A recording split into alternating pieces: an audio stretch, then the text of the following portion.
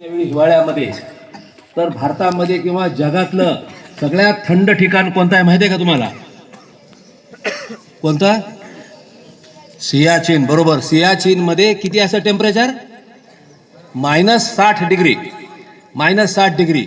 तर मला कॅप्टन कस्तुरे सांगत होते की तिथं तीन महिने आंघोळ करायला मिळत नाही, कित्येक दिवस जेवायला मिळत नाही, कित्येक दिवस पाणी प्यायला मिळत नाही. तर तुमचे मुलं इथं 60व्या मिनिटालाच पाणी मागू लागलेत. कसं? मी म्हटलं सर तसं नाही, आमचे मुलंसुद्धा तेवढेच हे आहेत. म्हटलं त्यांनी मग लगे आपण त्यांना पाणी परत वाटप करायचं मागे घ्यायला सांगितलं. बघू म्हटलं तुमची क्षमता किती आहे. तर हे असं थोडंसं आपण शाळा शिकतो म्हणजे हा सगळा सोशिकपणा आपल्याला यायला पाहिजे. अर्थात आम्ही व्यासपीठावर बसून पाणी पित होतो, हे सुद्धा आमचं चुकीचं होतं. तर ह्या आणि ही शिस्त आपल्या ह्याच्यामध्ये केवळ ह्याच्या बाबतीतच नाही, तर एक सैनिक म्हणून, विद्यार्थी म्हणून आपल्या ह्या सगळ्या तो एक आयुष्याचा एक भाग असावा, आपली लाईफस्टाईल तशी असावी असंही मला वाटतं. कारण आता युद्धाचं स्वरूप खूप बदलत चाललंय. म्हणजे रणगाड्यावर बसून अगदी लगेच तोफ गोळे घेऊन तलवारीनं हाणामारी करावीत शिवाजी महाराजांच्या काळासारखं असंही राहिलं नाही, किंवा 20 वर्षापूर्वीचं सुद्धा स्वरूप राहिलं नाही. आता सगळं बरंचसं युद्ध मिसाईल आणि टेक्नॉलॉजी बेस असं झालेलं आहे. तर ह्याच्यामध्ये या क्षेत्रात सुद्धा आपण सगळ्या विद्यार्थ्यांनी, कॅडेट्सनी ह्याच्यामध्ये थोडंसं लक्ष घालावं असं एक मला वाटतं. आणि त्या दृष्टीने चांगलं इन्फ्रास्ट्रक्चर, रिसोर्सेस आपली शाळा आपल्याला निश्चितपणे उपलब्ध करून देईल या अशा पद्धतीच्या टेक्नॉलॉजीची हे करण्यासाठी. आपल्याला आता जे आपल्याकडे जे एक सायन्स सेंटर उभं राहतंय, तर ह्याच्यामध्ये आपल्याला हे अजून आपलं बांधकामच आत्ता चालू झालंय, तर आपल्याला नवीन आणखी एक ऑफर मिळाली की ह्याच्यामध्ये इलेक्ट्रॉनिक्स, रोबोटिक्स आणि आर्टिफिशियल इंटेलिजन्स ॲड करण्यासाठी त्यांनी आपल्याला ऑफर दिलेली आहे, की जे आता नुकतंच आपल्या अगोदर ज्यांना मिळालं त्या बारामतीच्या संस्थेला, तर त्यांचं ते ह्या परवा त्याचं ते उद्घाटन पण झालं अशा एका सेंटरचं त्यांच्याकडे. तर आपल्याकडे ह्या अशा इतक्या मोठ्या फॅसिलिटी आपल्याकडं उपलब्ध होतात. आपण म्हणजे कुठं आपल्या अशा फॅसिलिटी आपण उपलब्ध करून द्यायला आपण संस्था किंवा शाळा आपण कमी पडत नाही.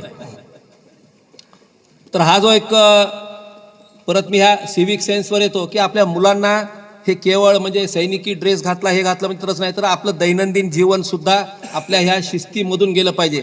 सकाळी आपल्या ज्या उठायच्या विषयीचा मी विद्यार्थ्यासाठी सांगतो, मी कॅडेटसाठी, मुलं मुली सगळ्या, तर ह्या म्हणजे आपली जे काही दिनचर्या असे घालून दिलेली शाळा, तर कुणालाही पुन्हा शिट्टी वाजवण्याची, उठवण्याची वेळ येऊ नये. तर हे एक स्वयंशिस्त जो एक भाग आहे तो त्याच्यामध्ये यावा असं एक मला वाटतं. म्हणजे तो एक सिव्हिक सेन्स, बाबा मी कुठेही कचरा करणार नाही, प्लॅस्टिक टाकणार नाही, मी सिंगल यूज प्लॅस्टिक मी वापरणार, अशा पद्धतीचा जो एक सिव्हिक सेन्स आहे. मला वाटतं ह्याच्यापेक्षा मिलिटरीचं शिस्त म्हणजे काही वेगळी असते असं मला वाटत नाही. तुम्हाला प्रत्येकाला अगदी काही मिलिटरीत तुम्ही सगळे जाताल असंही नाही, पण ज्या क्षेत्रात तुम्ही असताल, तुमच्यापैकी कोणी राजकारणात जाईल, शेतकरी होईल, व्यावसायिक होईल, मिलिटरीत जाईल, मोठ्या अधिकारावर जाईल, किंवा MPSC UPSCच्या थ्रू शासकीय अधिकारामध्ये जाताल तुम्ही, तर हे त्या ठिकाणी आपल्या शाळेची, सैनिकी शाळेची छाप पडण्यासाठी तुमचं तसं वर्तन आत्तापासून व्हायला पाहिजे.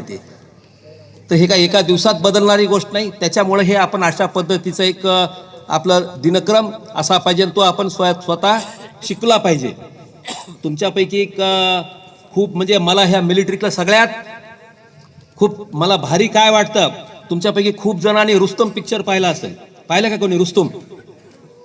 त्याच्यामध्ये अक्षय कुमार तो एका मिलिटरी अधिकाऱ्याचं काम करतो ते. तर त्याच्यावरती त्याच्या एका मित्राचंही हत्या केल्याचा आरोप होतो. आणि खरं तर त्यांनी ती हत्या ते कोणत्या परिस्थितीत केली असते वगैरे तो भाग वेगळा, तुम्ही तो आवर्जून तो पिक्चर बघा. आणि त्याचा जो एक मिलिटरीचा दुसरा एक जो एक असतो की ह्या सगळे पण ह्याच्या सगळ्या प्रकरणाची गुप्तपणे चौकशी करत असतो, त्याला माहीत असतं याचं मागचं खरं कारण.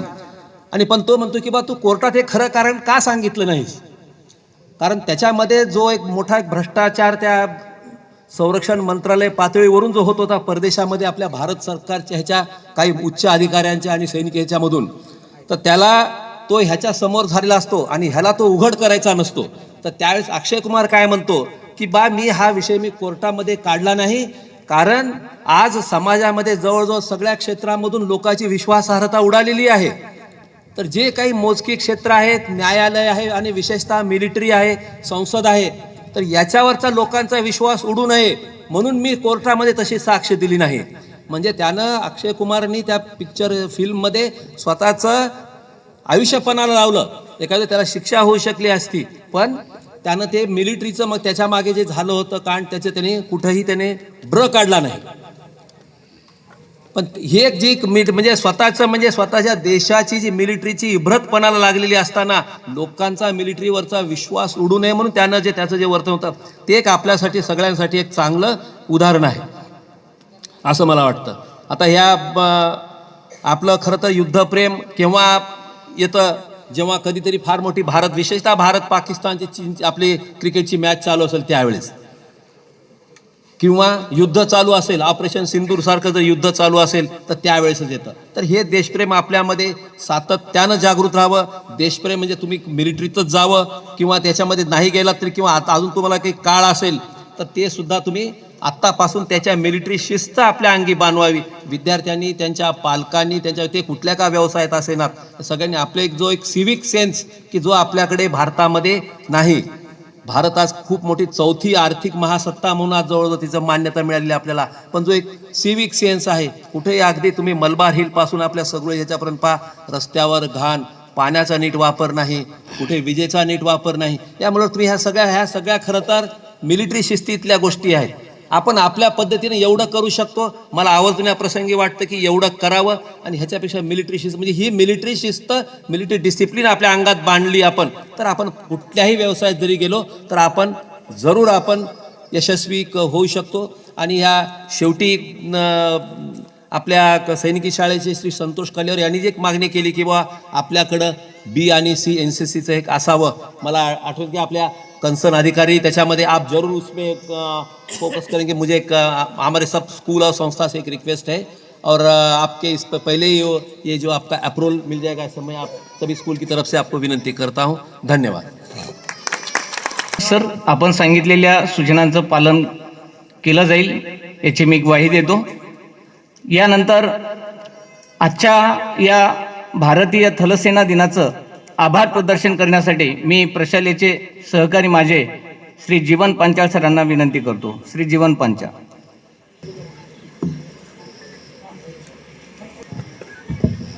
माननीय अध्यक्ष महोदय, भारतीय सेना की गौरवशाली परंपरा के सशक्त प्रतीक, अनुशासन, कर्तव्य और नेतृत्व के सजीव आदर्श माननीय मुख्य अतिथि सूबेदार मेजर साहब, मंचासीन सभी मान्यवर अधिकारीगण, आदरणीय पूर्व सैनिकगण, सम्मानीय शहीद वीरों की वीरांगनाएं एवं परिवारजन, सम्मानित अभिभावक वर्ग तथा प्रिय NCC कैडेट्स और उपस्थित सभी सम्मानीय महानुभाव, आज भारतीय सेना दिवस के पावन अवसर पर आयोजित इस अत्यंत गौरवपूर्ण, अनुशासित एवं भावनात्मक कार्यक्रम में आप सभी की गरिमामयी उपस्थिति हमारे लिए अत्यंत सम्मान और कृतज्ञता का विषय है.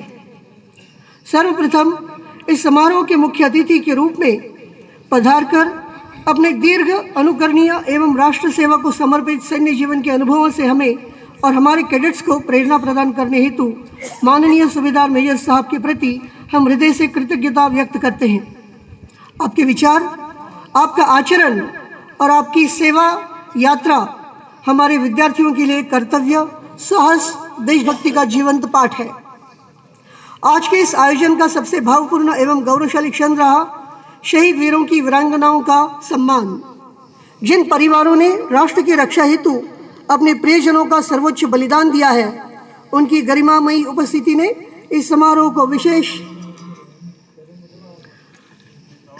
विशेष पवित्रता प्रदान की है. हम आपके त्याग, धैर्य और अदम्य साहस को नमन करते हैं और सदैव कृतज्ञ रहेंगे. यह सम्मान पूरे राष्ट्र की ओर से श्रद्धा और कृतज्ञता का प्रतीक है. समारोह का विशेष आकर्षण रहा हमारे स्कूल के कैडेट्स द्वारा प्रस्तुत अनुशासित, भव्य एवं प्रभावशाली गार्ड ऑफ ऑनर, जो केवल एक औपचारिक परेड नहीं बल्कि सैन्य परंपराओं, राष्ट्र प्रेम और कर्तव्य निष्ठा की सजीव अभिव्यक्ति थी. इसके लिए सभी कैडेट्स, NCC अधिकारियों, ANO एवं प्रशिक्षक वर्ग हार्दिक प्रशंसा के पात्र हैं.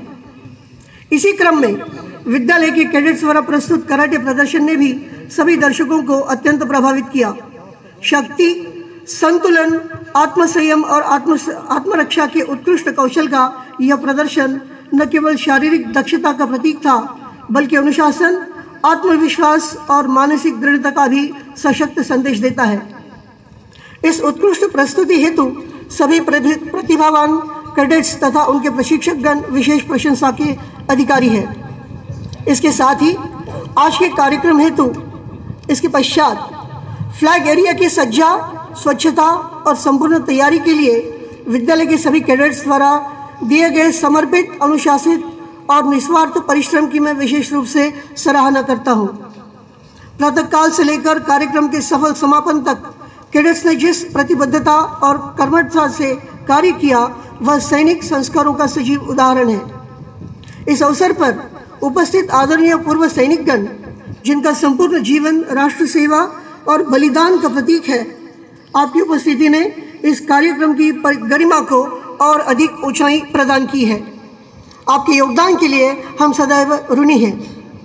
साथ ही अपने बच्चों में अनुशासन, मूल्यबोध और राष्ट्र प्रेम के संस्कार विकसित करने वाले सम्माननीय अभिभावक वर्ग का हम हृदय से आभार व्यक्त करते हैं। आपके विश्वास और सहयोग से ही ऐसी सशक्त, अनुशासित और राष्ट्रनिष्ठ पीढ़ी का निर्माण संभव हो पा रहा है। इस भव्य आयोजन के सफल संचालन हेतु निरंतर मार्गदर्शन प्रदान करने वाले माननीय प्राचार्य महोदय, सभी शिक्षकगण, एनसीसी अधिकारी, कर्मचारी वर्ग, स्वयंसेवक, आयोजन समिति तथा पर्दे के पीछे अथक परिश्रम करने वाली संपूर्ण टीम के प्रति मैं अपनी गहन कृतज्ञता व्यक्त करता हूँ। अंत में आप सभी उपस्थित मान्यवरों को पुनः धन्यवाद अर्पित करते हुए शहीदों को नमन, वीरांगनाओं को वंदन और भारतीय सेना के शौर्य एवं पराक्रम को सलाम करते हुए मैं अपने शब्दों को विराम देता हूँ।